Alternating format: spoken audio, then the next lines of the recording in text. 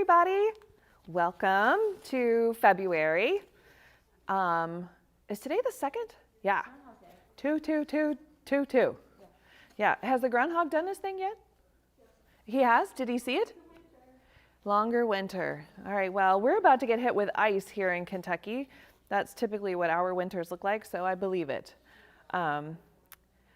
This morning, I don't know what the heck's going on with me, but I've had just the super clumsy morning. I poked my eye with my mascara wand. I dropped my water bottle in the kitchen, went everywhere. I opened up the door to the garage and stubbed my toe in the door. I dropped my napkin into my coffee cup. Like, I don't know that I should be operating heavy machinery today. I'm not sure what's going on. And I know I shouldn't be driving on ice tomorrow for sure. So we're about to get hit.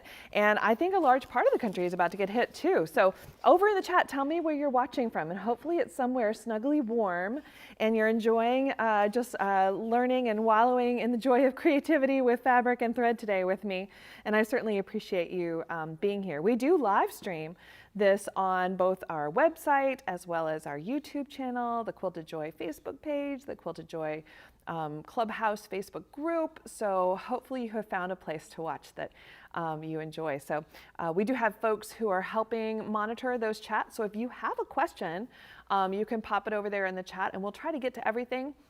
We do have on the second Wednesday of the month at the same time, so 1 o'clock, the third, sorry, thank you. The third Wednesday of the month, we have an Ask Me Anything session. So we meet at 1 o'clock Eastern, 10 a.m. Pacific, and you can pick my brain for whatever, you know. Sometimes we talk about holiday recipes in there. So whatever you want to talk about, we can talk about. But if you have a question today that you want to be sure is addressed, so pop it over there and definitely tell me where you're watching from so that we can see how far flung we are. It also helps the whole Facebook and Google computers to see that folks are watching, caring, and responding so that they serve us up to more folks so that we can bring more folks into machine quilting. So I definitely hope that you're also a part of our newsletter. So our newsletter we send out once or twice a week. And in our newsletter, we have, well, we just had a whole article all about batting and things to consider when you're picking your batting. We also have some downloadable worksheets occasionally. We have tutorials occasionally. So there's all kinds of great stuff in our newsletter. So hopefully you're on our newsletter list. Definitely do sign up and you'll be notified of any events as well as just reminded that we're having a clubhouse meeting on that day. So sign up for that. And we are announcing our Sweetheart Fairy limited edition Glide thread pack just launched today. And so there are 3 different colors in this limited edition thread pack, and it'll only be available, this pack, for the month of February. And those 3 colors are Ash, Wisteria, and Merlot. And they're absolutely gorgeous together, and I think you'll find lots of different ways to use those. And you can get that pack in either the king cone, so the 5,000 meter cone, or you can get it in the mini cone, the 1,000 meter cone. And you do get a little bit of a discount on that pack each month. We have a different pack. So the Sweetheart Fairy pack is live now.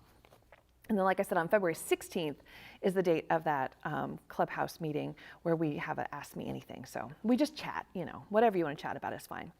And so we have been talking about the year 2022 as the year of rulers and all different ways that you can use rulers and things to consider when you're picking your ruler. And of course, I'm using it on this glorious longarm machine, but you can also use rulers on your sit-down domestic machine.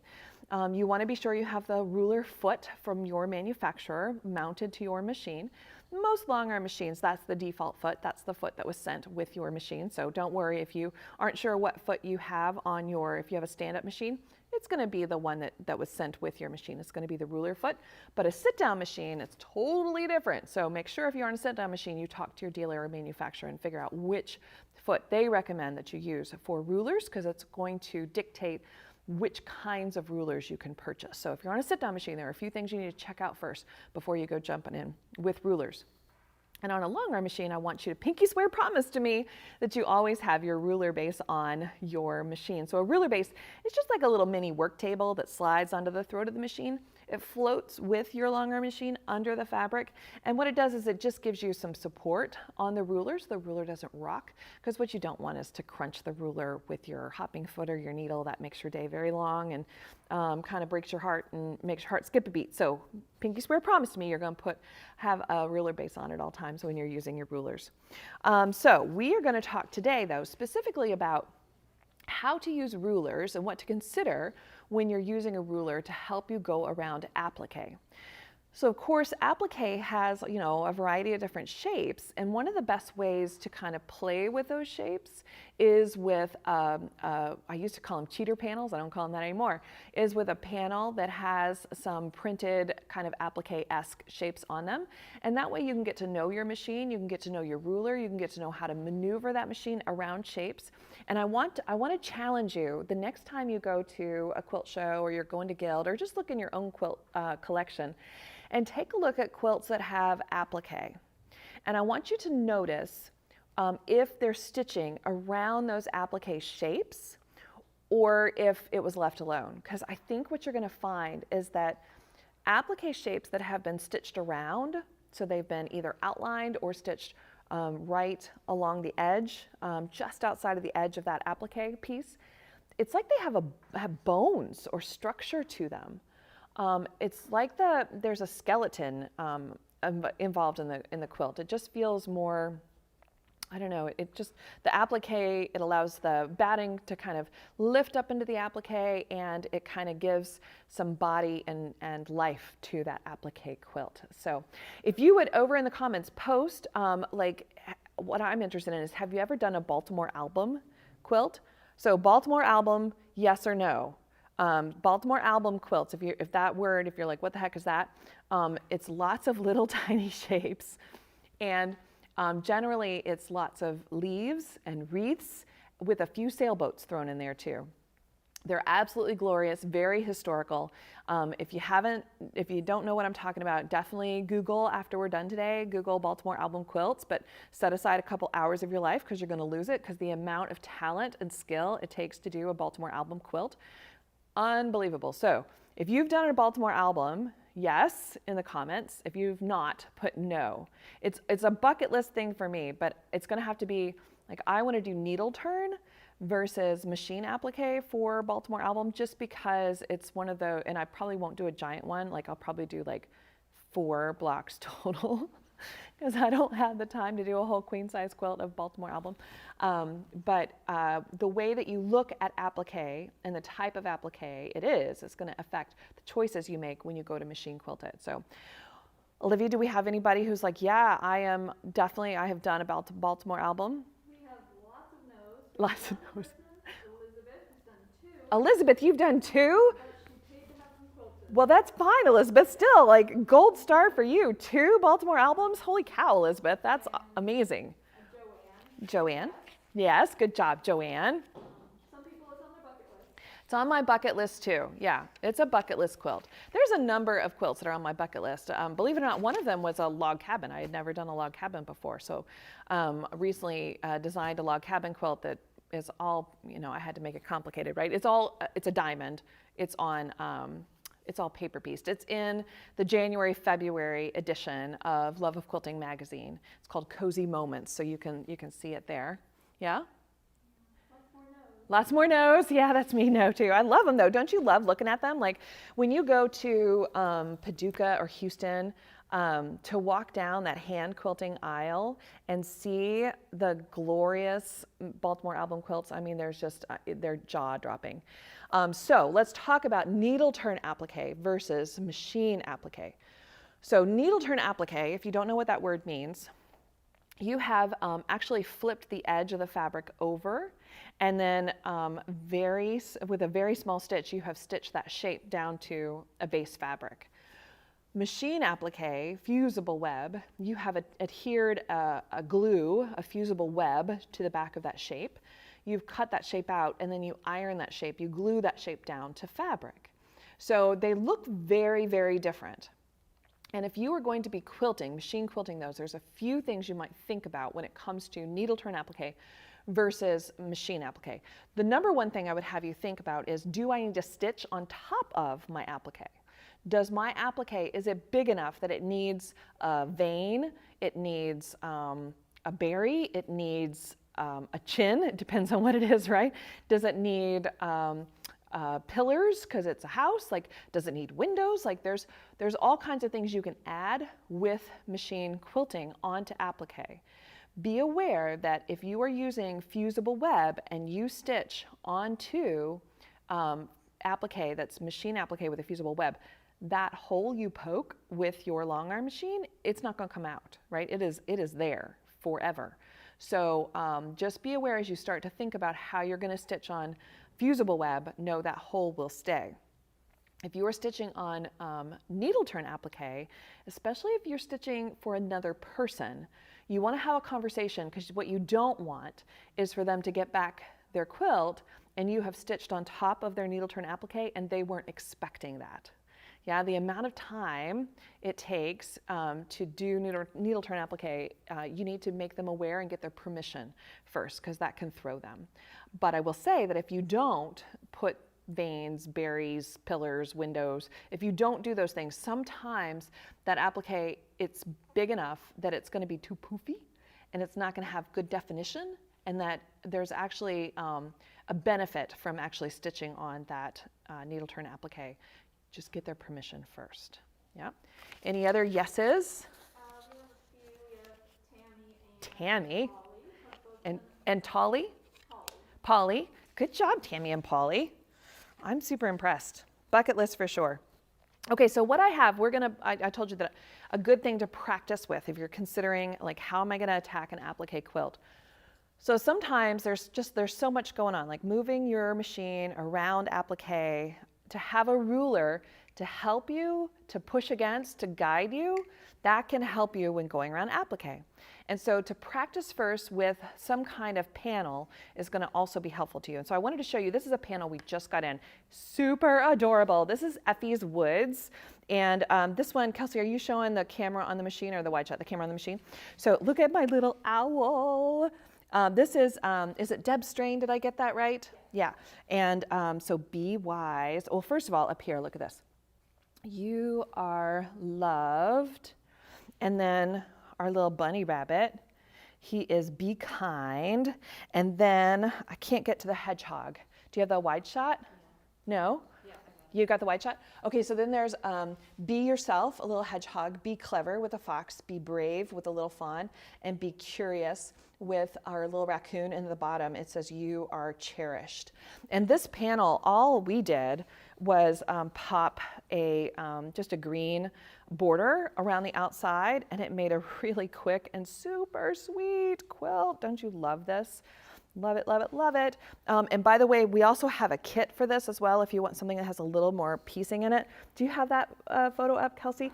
And the border of it has little fabrics with little raccoons and little deer and the little trees. Isn't that adorable? So we do have that kit available if you like. We also just have the panel available, but my point is, find a panel that has some kind of printed something on it that you can pretend as applique as you grow your skills in this area.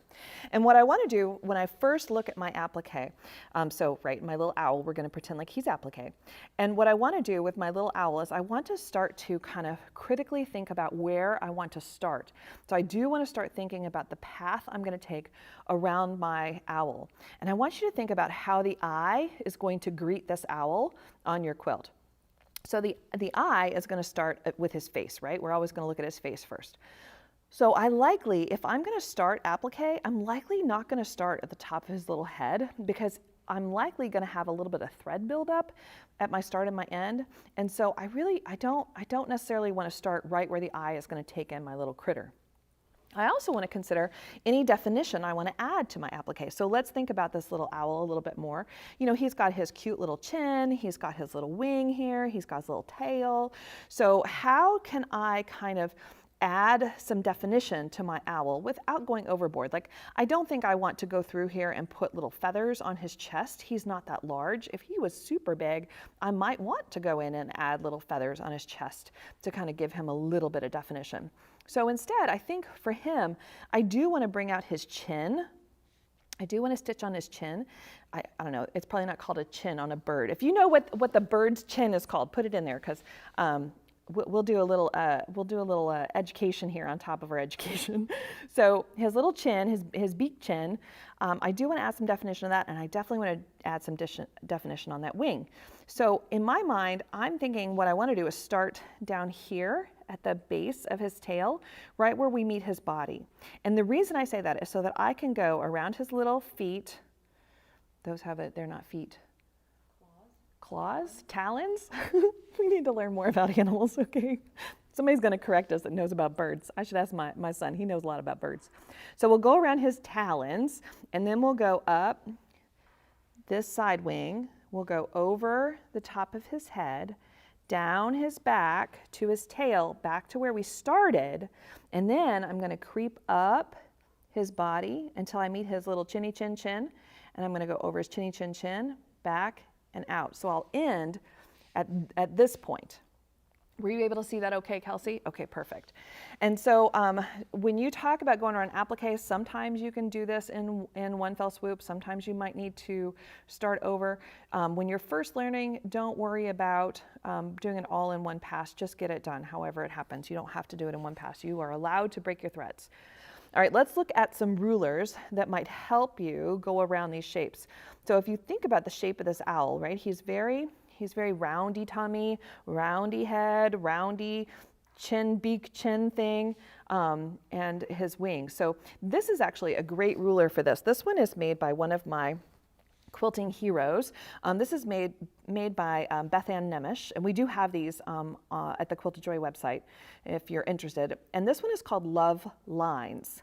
And can you see the shape of that okay, Kelsey? So this is her love lines, and it has some markings on it, and they're all etched.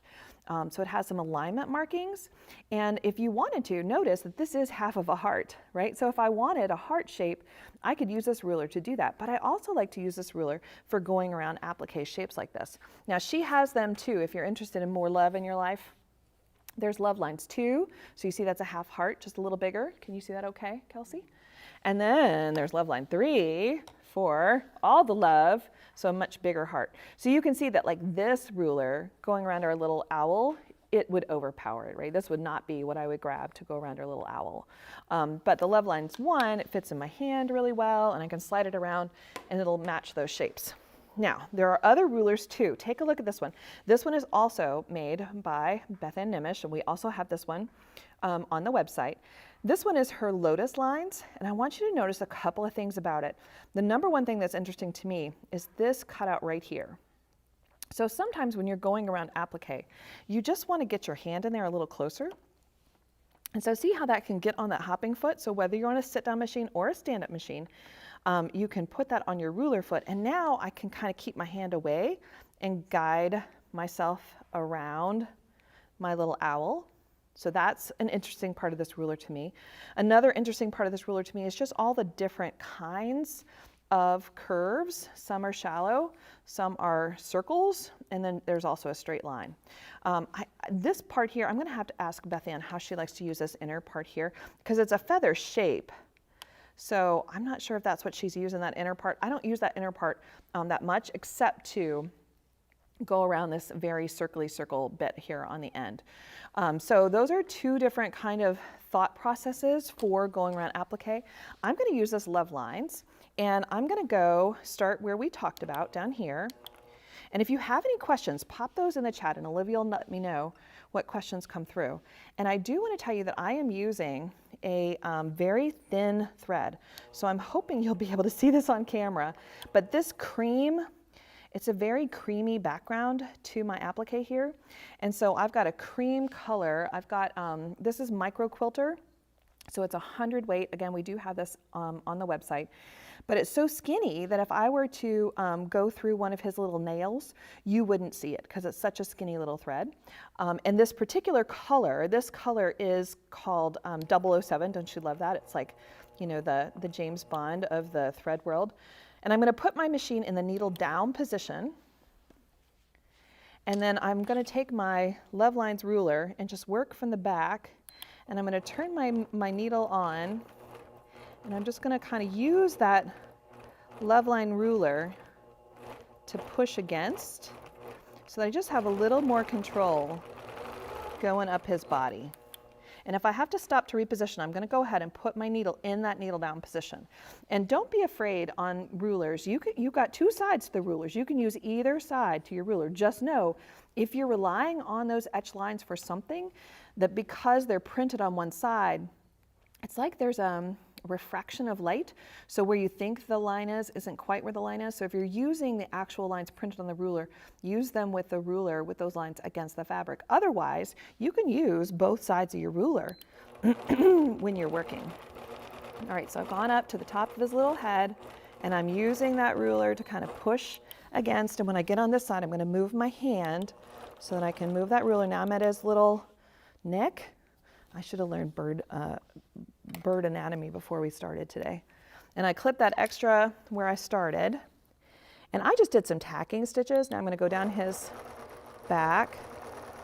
I just did some tacking stitches. All right, there's his tail. And now I'm going to move my hand to the other side and the other side of the ruler. And I'm kind of pushing against the machine. That's where I started. Now let's go up. And I'm going to use this curve to reach that point. And now I'm going to flip and do the more gentle side of this ruler up to his little chinny chin chin. And now I'm going to just give him a little definition. And I'm going to do it on this side of the curve. So I'm mimicking the curve of my owl's body with the curve of the ruler. Okay, so there we do. We have his little body, we have his little chin, he's all good. So I'm just going to go ahead and do some tacking stitches here. If this was a more formal quilt, especially a quilt that I think I'm going to have judged, I would probably not embury, but I don't go through that pain unless I absolutely have to, because it is a pain. So there you go. So there's my little owl. Kelsey, you can see him okay? See the owl. The stitching is too small. The stitching is small, yeah, and really that is the point. I want to be able to have the stitching kind of melt into the fabric instead of really talk loud, because who's the star, right? As much as I would like for my stitching to be the star is that owl. All right, so let's look at the wreath that's around him. So I would do that little mushroom the same way, by the way. And then for the words, I could go around each of those letters, but I just want to show you if there's words on a quilt, on a panel, like how I go around the words. So I picked up my BYs and I'm just going to go around it. Again, I have a nice skinny thread. And then now I'm at the end of the B. So I could break my threads, but instead I'm just going to pop over to my W. And then I'm going to go down my W. And you could do this free motion, but it's also a good way to kind of get to know your ruler. So I'm going to go up to there and I'm going to put this other ruler on so that we can play with this. So notice I didn't do each individual letter. I just kind of went around the outline of the letter. All right, so I'm trying to figure out how to hold it so that you can see it better with the camera, but for my hand, because I hold the ruler with my non-dominant hand and I hold the machine with my dominant hand. And I want to get that thread tail out of the way so I don't trip on it.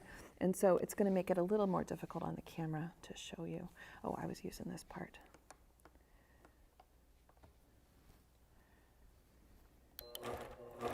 And then up the W. Okay, so I went around the words, and then I'm going to go ahead and break my threads, because I can choose to go in here and add some an echo. I could choose to add a background filler. Like, you can go as deep down the quilting hole as you like. But I want to show you when I have little intricate things like this wreath, what I do. And so I tell you what, since these are bigger, I'm going to show you on this side where the things are smaller. And it's that same idea that we did with the words. I'm just doing some little tacking stitches there. I'm going to grab the love lines. This is love lines 1. And I'm just going to go to the outside of that leaf. So I'm not doing every little jaggedy thing of that leaf. I'm just going to the outside of that leaf, and now I'm going to dip in and dip out and come in and dip out and come in and dip out. And depending on how much definition I give it, I could go all the way in. That is definitely a choice. But I'm just using that ruler to kind of guide and push. And so I would not do each little wiggly bit out. I just want to nail it down and give it some definition and let the batting do the work to kind of sculpt it. All right, so now we're on a different kind of leaf.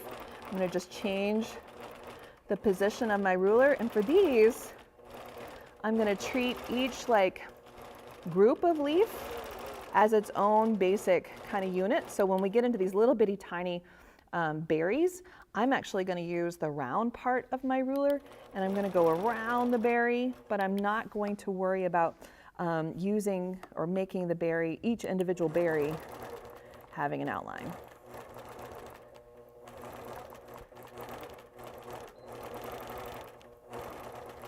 All right, Olivia, do we have any questions? I'm going to come around this fern, and then I would head back down and come around this outside. And I probably would have gone all the way around the top, so I'm just going to break my threads here because I want to show you one more thing. Excuse me. If I were going to do a dense filler, I'm not sure why my little bobbin got stuck right there. If I were going to do a dense filler design, I want you to think about how that dense filler design would look around this owl. Do you see that a dense filler design, if it got right up against the owl, it might kind of crowd that owl? It might kind of infringe on his personal space. So if I'm going to do some kind of dense background filler, I'm actually first going to put a visual gutter around this owl. I'm going to put I'm going to use my hopping foot, because you remember, your needle is 1/4 of an inch away from the outside edge of your hopping foot. So when I do my outline stitch, and I would start at the same place, and I would do my outline stitch around his talons, around his belly, that's going to give like a visual gutter that will be left unquilted that my dense filler would die into. And that way, he doesn't kind of blend into the background, he stands apart from the background. And that's that outline stitch. So the next time you go to some kind of quilt show or something, really pay attention to applique quilts. Look at, did they stitch onto the applique? Did they add definition in some way onto the applique?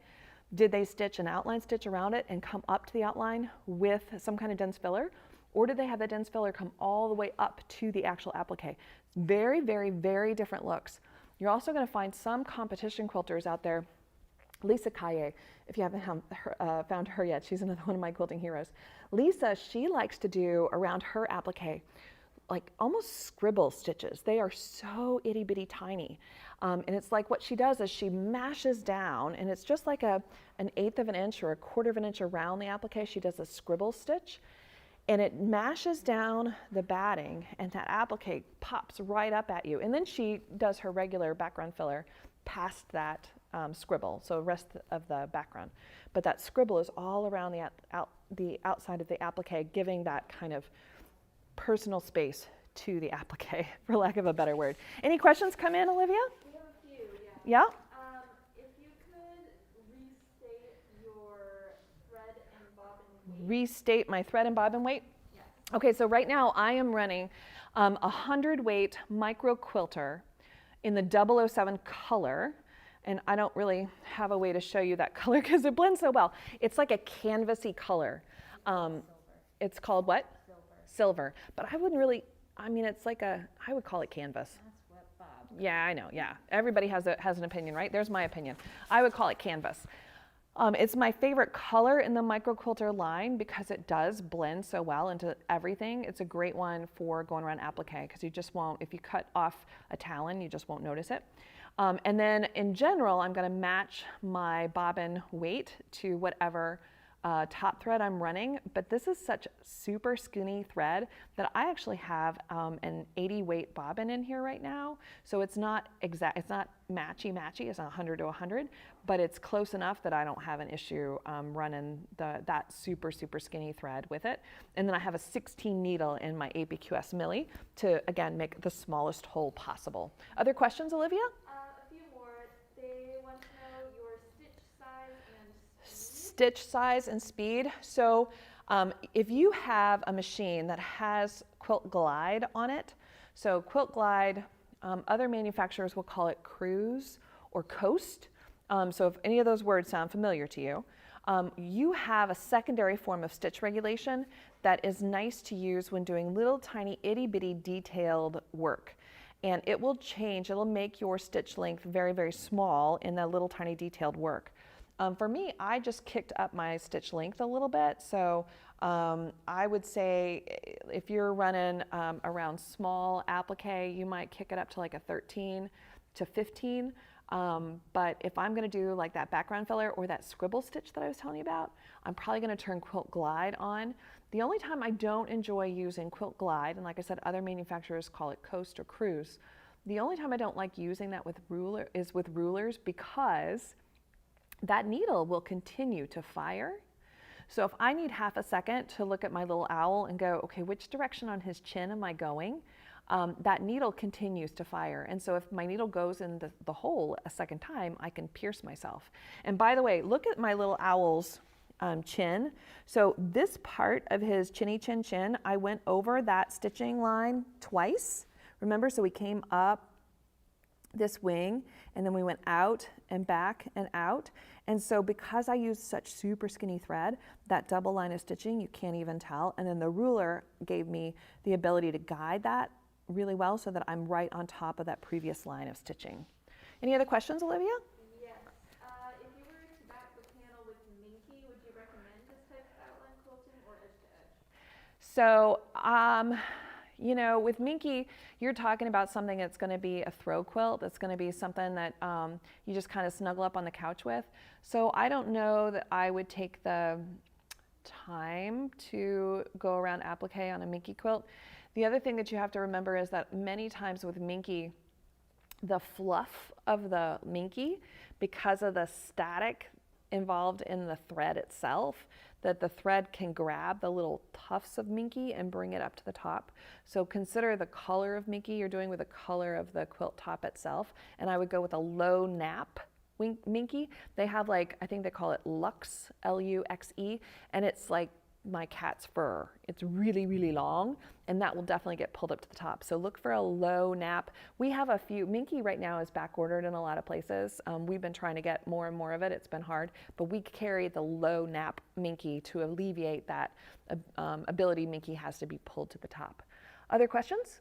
Do you use any adhesive on the back of your rulers? You know, so the question is, do I put any kind of sticky bit on the back?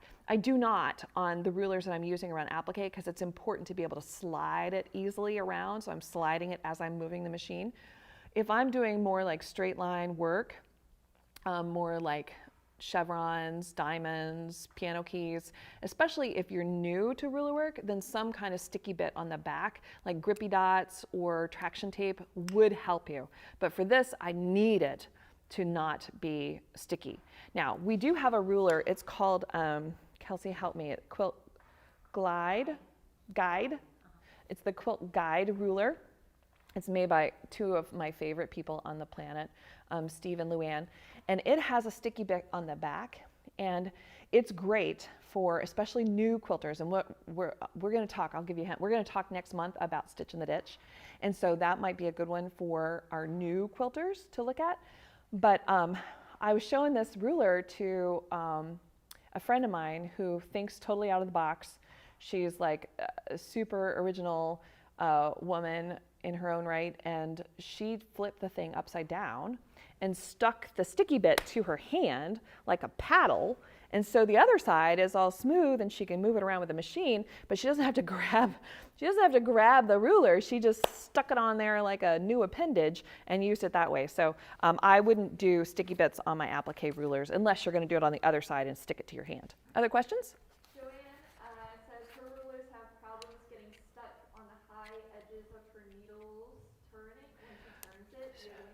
So Joanne, you are having trouble because your ruler gets stuck on one side of your foot from the other side of the foot. So what that tells me is your ruler foot itself is not level. So you need to contact your manufacturer and find out how to level your hopping foot so that doesn't happen to you. Other questions? Barbara wants to know if she uses a 16 needle, if she has to adjust anything. Barbara, you're asking if you have a 16 needle, do you need to adjust anything like tension or anything? You're going to have to adjust tension every time you approach your machine, every single time. You're just not going to get away from it. But the 16 is more about, I want a smaller hole. So I want to make less of a, I'm going to fill that hole with a super skinny thread. So generally most, and we're talking about long arm machines here, not sit down machines. Most long arm machines out there on the planet, not all, most, were timed to a size 18 needle. So you can generally go up a tick or down a tick without an issue. So you could go down to a 16 without an issue. I really don't want you going lower than that, right? You can buy 14 needles, but that's such a skinny piece of wire, you're gonna have to go like a little snail, because if you go fast, you're gonna break that needle because it's such a skinny piece of wire. When you bend and flex it, it'll break. But you can go down to 16, not an issue. One more. How do you know what side of the applique item do you put the ruler? If it's inside? Great question. So the question is, what side of the ruler do I use when I'm going around my little owl? So what I'm doing when I'm going around my little owl is I'm evaluating. So here, his tummy, that's an outside curve. And so that tells me that I need to use the size of the ruler that mimics that curve, right? So if I use this side, his tummy is not going this way. His tummy is going this way. So I'm watching the curve of the applique, and let's get up here to his little head. So it's a more roundy head. So if I use this side of the ruler, it's a shallow curve. So I want to use this side of the ruler that's got a more bulbous edge to it so that I can get around that circle-y head. So you're watching your applique and you're deciding, you're mimicking the shape of the curve that you see with the shape of the curve on the Love Lines ruler or on this other one that Beth Ann makes, the Lotus line. So it's got multiple different kinds of curves on the ruler itself, as well as that little place you can pop the foot into. Any other questions, Olivia? Just one more. Patricia wants to know. Hey, Patricia. If you use the same techniques on a domestic machine, what would be different? So what would be different on a domestic machine? Really nothing, other than you are moving the fabric under the ruler foot as opposed to pushing the foot against the ruler. So it's the same process. You are just kind of anchoring the ruler on the fabric as you move it around the ruler foot on your machine. What you need to know, Patricia, is if your sit-down machine is a high shank or a low shank machine, so that you know which kind of ruler to buy. Because, for example, these rulers that we've been talking about, this Love Line rulers and the Lotus Line rulers, they only come in a thickness, a 1/4 inch thickness, that is for high shank or long arm machines. So if you have a sewing machine that is a low shank machine, you cannot use this ruler. You have to look for a machine quilting ruler that's called low shank. And we have those as well, but that's super important because if you have a low shank domestic machine, you don't want to use these thicker machine quilting rulers because you'll crunch the ruler and you'll hurt your machine. So on a domestic machine, you need to know if you're a low shank or high shank person. Anything else?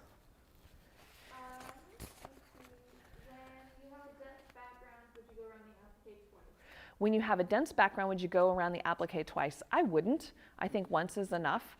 But I would put some kind of visual gutter. So whether you want to go, with an empty visual gutter, an empty space around your applique, or you want to do what Lisa Caillé does, which is that scribble stitch, give you different looks. Both are great, but I wouldn't go around it twice. No, I wouldn't. All right, so we can chat more about applique. You're gonna have more questions, so we can chat more about applique on February 16th when we have our Ask Me Anything time. 1 o'clock Eastern, 10 o'clock Pacific. And of course, you can go into the Quilted Joy Clubhouse and pop your questions in there as well. I do want to thank our sponsor, APQS. APQS machines are 100% handcrafted in Iowa, love the world over, and they come with a lifetime warranty, so quilt forever with APQS. If you are interested in a long arm machine, you can give us a call here at Quilted Joy. We are an APQS dealer. You can also contact your local APQS store, your local APQS dealer, or go to apqs.com. All right, thanks APQS, we love you. All right, I have a wonderful looky-loo tour, so let's be nosy. We're going to go look at Tina Mauterstock's sewing space, and let's see what she's got going on. You're going to enjoy it.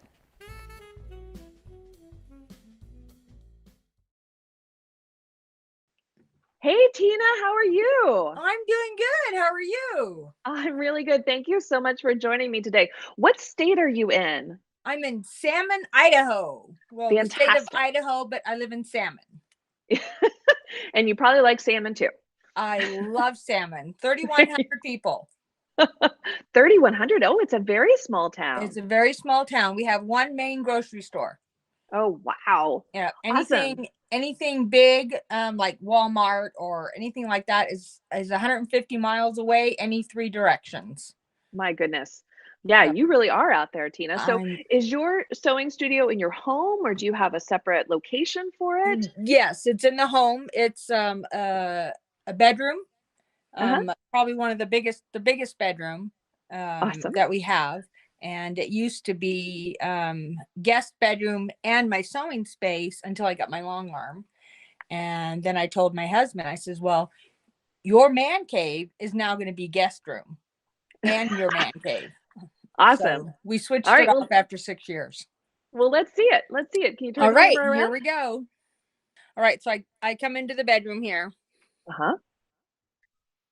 Beautiful. And there's my Lucy.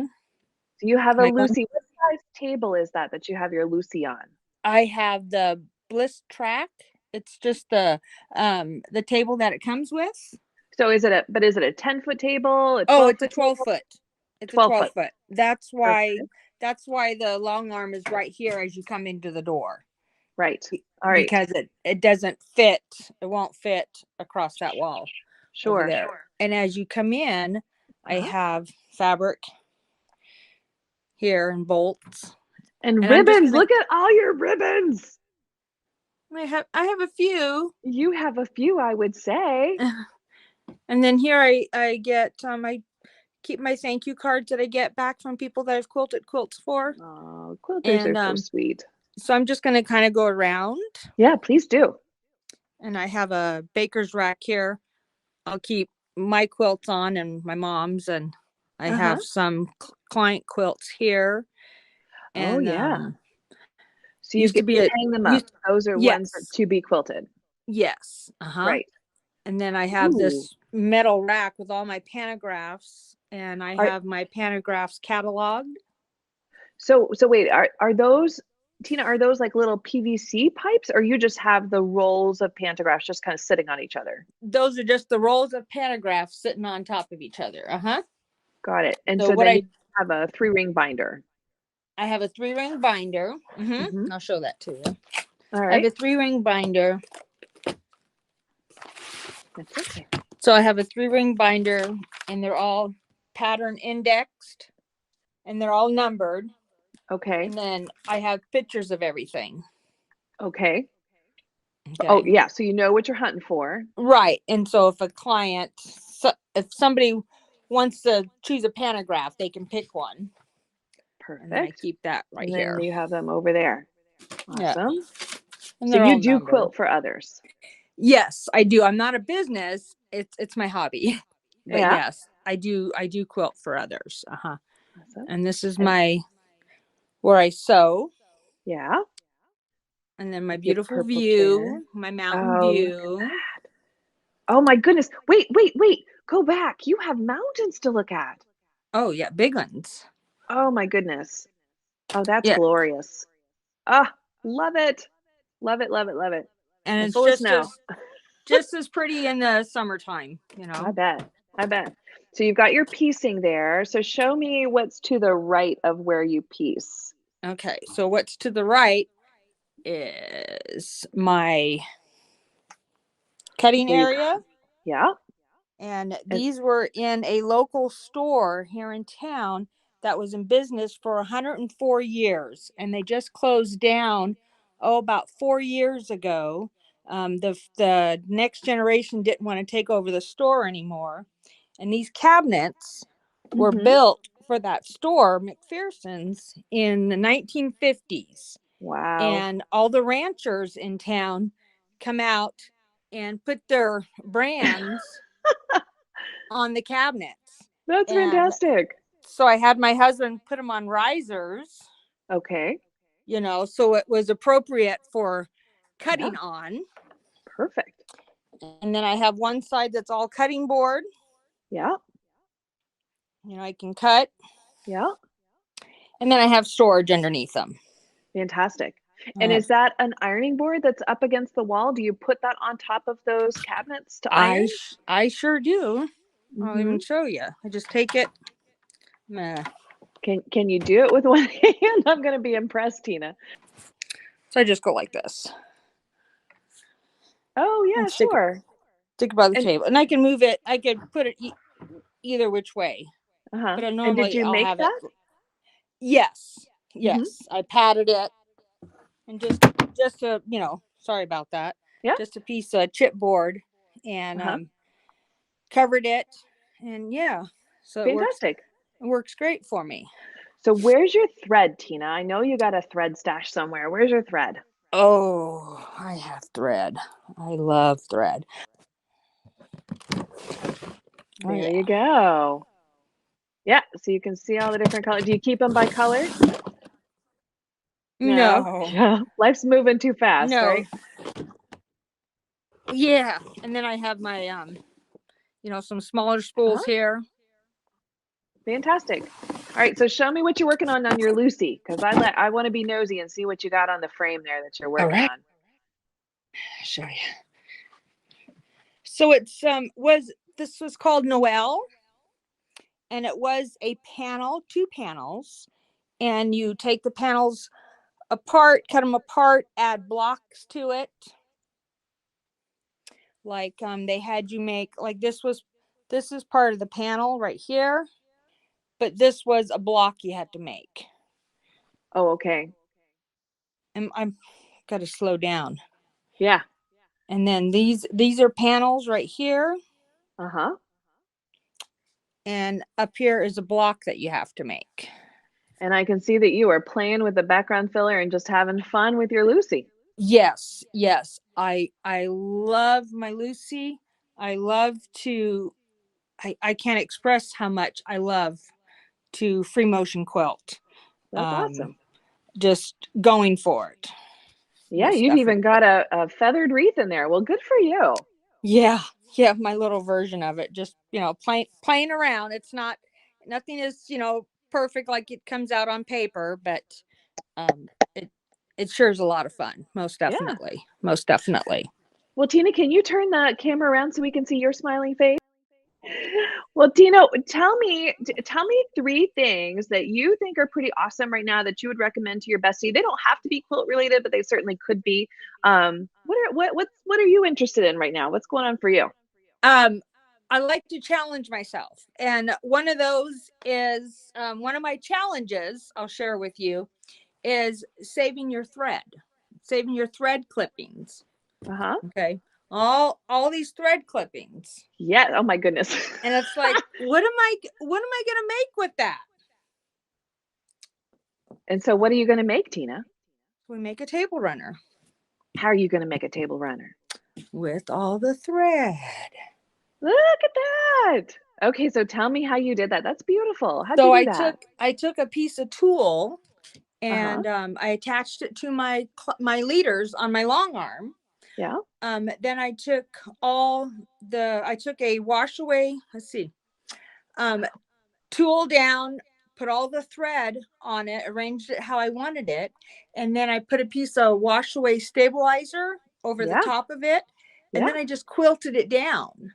Yeah. And then I took the whole thing off the long arm, stuck it in the bathtub, and trimmed it down to fit the space it was going to go on, and let it dry.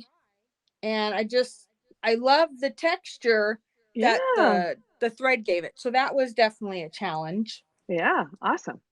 Um, what was the other Oh, thing? you mentioned the Robert Kaufman app. Oh, the Robert Kaufman app. Yes. I love doing that because it does all the math guesswork for you as far as, you know, how much fabric I need for the border, you know, specific size of borders that you want. It has everything in there. It has all the fabric measurements.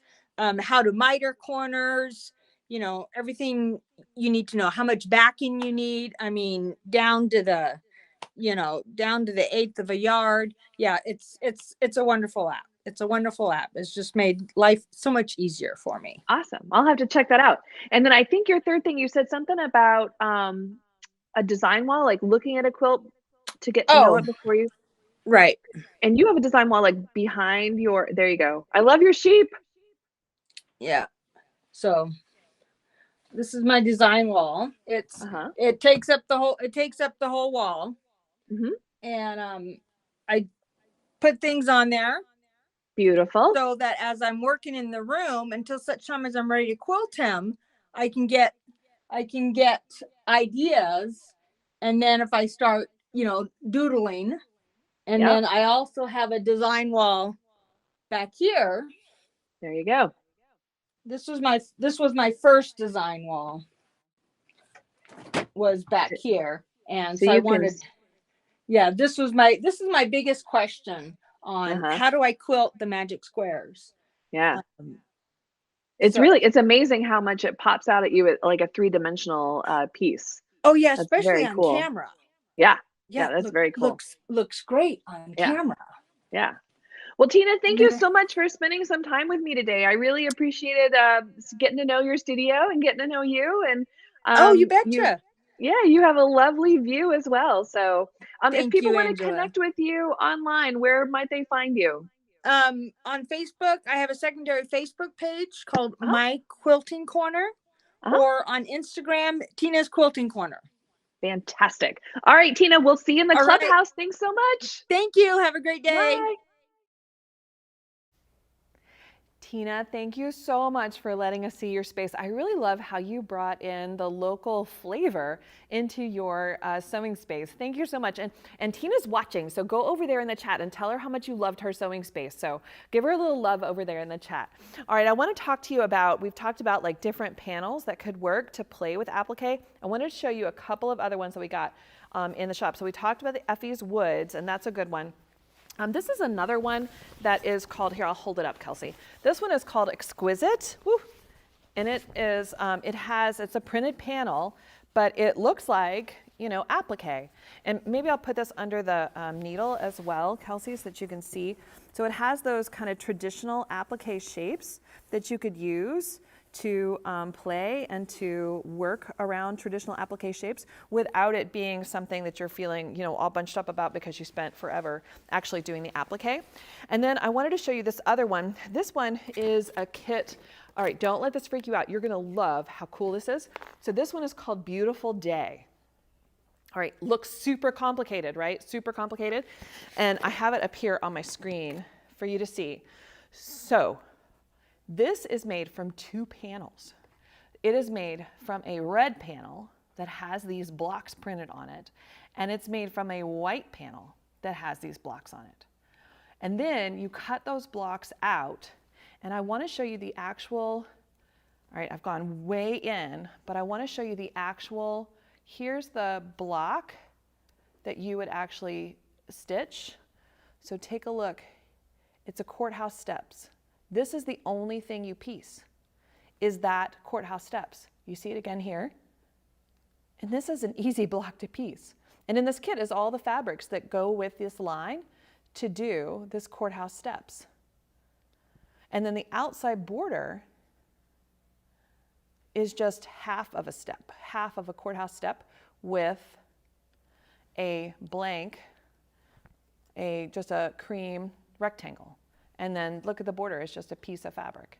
So now that you know the secret, I'm gonna zoom out here. Now that you know the secret, I'm gonna take my little squares off. How cool is that? It's just the courthouse steps with that panel. Isn't that fabulous? That one's called Beautiful Day, and we just got that into the shop, and I don't really have a place to put it, Kelsey. I'm just gonna drop it over there. So pick a panel that will help you practice around applique, and then you'll have your sea legs under you so you can actually go and do applique. All right, so I do want to ask you, if you have enjoyed our program, I'm asking you to go over and review us on Google or on Facebook. There's a link there in the description and on your screen, and I read every single one, and it really, as a very small shop, it helps the Google machine and the Facebook machine decide to serve us up to others, so that's super helpful for our growth. But if you want to give us the greatest compliment of all, it would be to send a link to this to your friend that you think would enjoy it. So to share a link of one of our episodes with a friend that you think would enjoy the Quilted Joy Clubhouse, and invite them to join you in our Facebook group, the Quilted Joy Clubhouse Facebook group. All right, so in our Facebook group, each month I ask folks to submit an unquilted quilt top, and then I pick a quilt top to show you how I would quilt it if it were my quilt. And we had so many beautiful ones sent in. This is the one that I picked. Sharon, I picked your quilt. All right, so I want to show you how I would quilt this if this were my quilt. And Sharon, I love this pattern. I love the geometrics of the pattern too. So when I was initially looking at your quilt, I was super, super duper drawn to how these make these diamond, these square on point shapes, and how then they were also echoed by these interior diamond shapes. But I wanted to kind of ease up on the geometrics and give it a little more feminine isn't a word, a little curvier touch. So to show you what I'm talking about, Sharon, I'm gonna just kind of blow this up here and go up to the very, very top of your quilt, and I'm going to show you how I started. So the first thing I want to talk about is your half square triangle right here that you have. So you have a half square triangle there, you have a half square triangle here. So I want you to just notice how it was pieced, right? So it's got half square triangles. It has a 4-patch, yeah, a 4-patch, yeah, and a half square triangle. All right, so we see how the block is created, and then you have sashing and sashing. All right, and so how they're rotated gives you that square on point. Okay, so what I want to do is this very first block is the only one that you have to do. This very first half square triangle is the only one that you have to do independent of everything else. Otherwise, we could do this whole thing in one pass, believe it or not. So this very first part I can't do in one pass. So I have to do this independently. So let's talk about this half square triangle. All I'm going to do in my half square triangles is do an E into the corner and an E into the corner, and that will return me to where I started. All right, so that's going to be the basis for what I do for all of the half square triangles. So I'm going to start my needle here, and I'm going to go up through the diagonal, just a straight line up through that diagonal. And then in my sashing, I'm going to come down to that, meet that point. Again, a straight line through the sashing. I'm going to use my rulers to do that. And now I've hit this next half square triangle. So again, I'm going to do a lowercase e and a lowercase e, and that's how I'm going to treat that half square triangle. And then now I want to just dip in with a lowercase l up to that point. All right, another half square triangle, lowercase e, and I'm back to there. Now I'm going to go straight up to the next checkerboard, back down. Okay, so now your brain's got to flip, right? Because this has flipped where my half square triangles are located. Here's my half square triangles here, and here's my half square triangles here.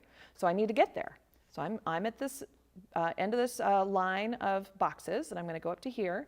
I'm ready for my lowercase e in this half square triangle, lowercase e in this half square triangle, lowercase l, lowercase e,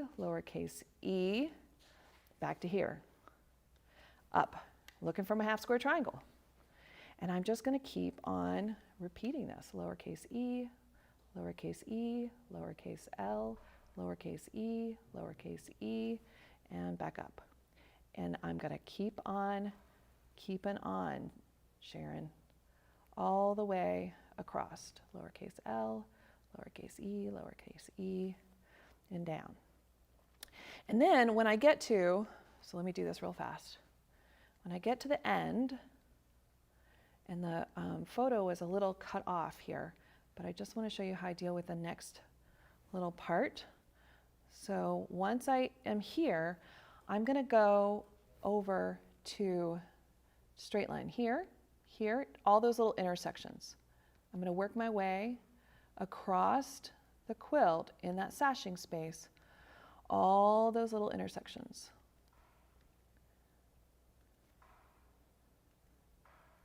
So I get back to here.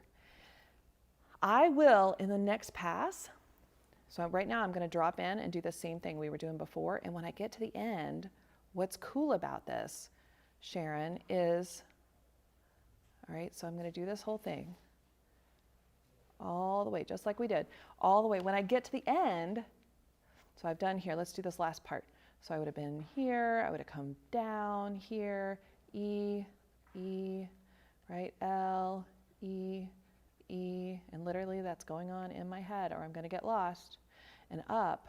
Now I'm in the perfect position to go and finish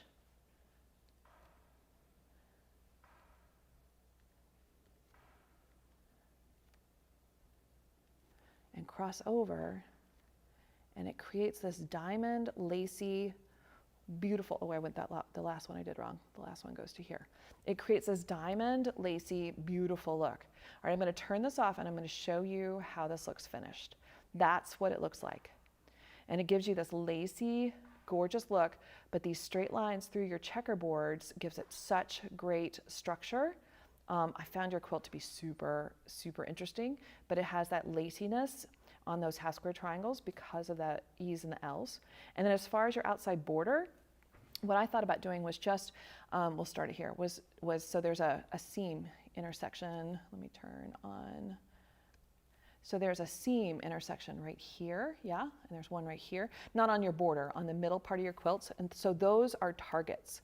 So what I would do is I would go from here, let's start it here, to the middle, so it lines up with that seam, to here, and out, and here, and out, and here, and out. And then I actually played with, when I got to here, rather than doing those spiky bits, take a look at if we didn't do those spiky bits, if we did that lowercase l, what happens instead. So from here to here, and if right here I put a lowercase l, and then here to here and a lowercase l, do you see how it takes that look of that lacy and pulls it out into your border? So here's what it looks like with that border done, Sharon. And I'm going to zoom out so you can see a little bit better. And that, Sharon, that is how I would quilt your quilt. Now, Sharon, you quilt your quilt however you want to quilt your quilt. But when you figure out how you're going to quilt your quilt, I would love for you to post it in the clubhouse, because I would love to see how you came up with your design and what you put on it. But hopefully you were able to see how how you can do that all in one pass. So you would do it row by row, and you'd roll your quilt forward if you're on a long arm machine, but you can do it all in one continuous path, the whole quilt. Fabulous quilt, Sharon. Thank you so much for sharing that. I really super duper appreciate it. All right, so next month on Wednesday, March the 2nd at 1 o'clock Eastern, we're going to talk about stitching in the ditch. What rulers are great for it, what things to watch out for it, what thread to use for it, what colors to use for it, all those things. We're going to talk all about stitching in the ditch. And I invite you to join us on social. You'll find us on Facebook. We have the Quilted Joy Facebook page. We also have the Quilted Joy Clubhouse Facebook group that you can join. And we have over on Instagram, we have a lot of great photos of our renters in progress, as well as kind of daily in the life sort of stuff. And then you'll find all of the past episodes of our Quilted Joy Clubhouse meetings over on YouTube, as well as some other fun tutorials. So I appreciate your time, and I thank you so much for joining us. And I will see you on March the 2nd. All right, bye everybody.